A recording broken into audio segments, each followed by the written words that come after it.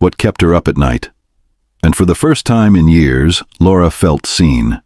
The weight started coming off slowly at first.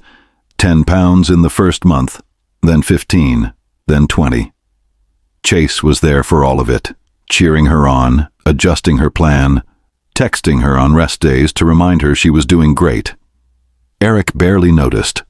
When Laura told him she'd lost 30 pounds, he glanced up from his phone and said, "That's good, babe," then went back to scrolling. But Laura noticed. She noticed the way her clothes started to fit differently, the way she could walk up a flight of stairs without gasping, the way strangers smiled at her instead of looking away.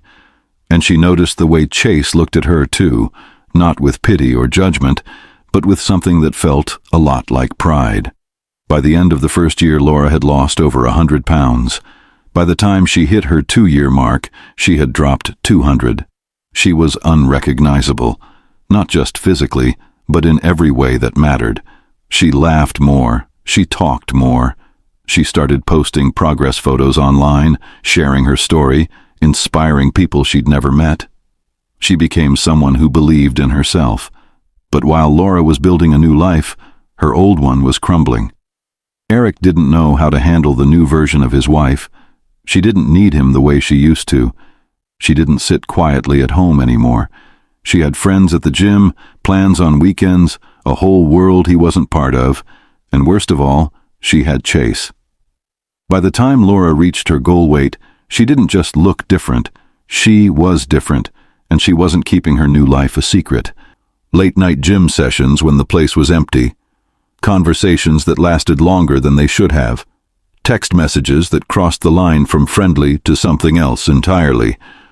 Chase knew she was married, but he also knew she was unhappy, and Laura, for the first time in her life, felt wanted in a way that had nothing to do with obligation or history.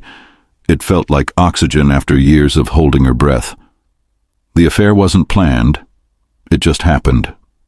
One night, after a particularly brutal workout, Chase drove her home because Eric was out of town for work.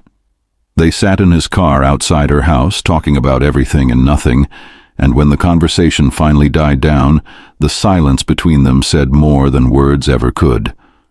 Laura kissed him first. She would remember that detail later, when the guilt tried to creep in, when people asked her how it all started.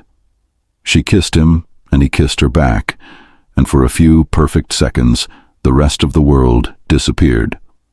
After that, there was no going back. They tried to keep it quiet, but secrets have a way of spreading, especially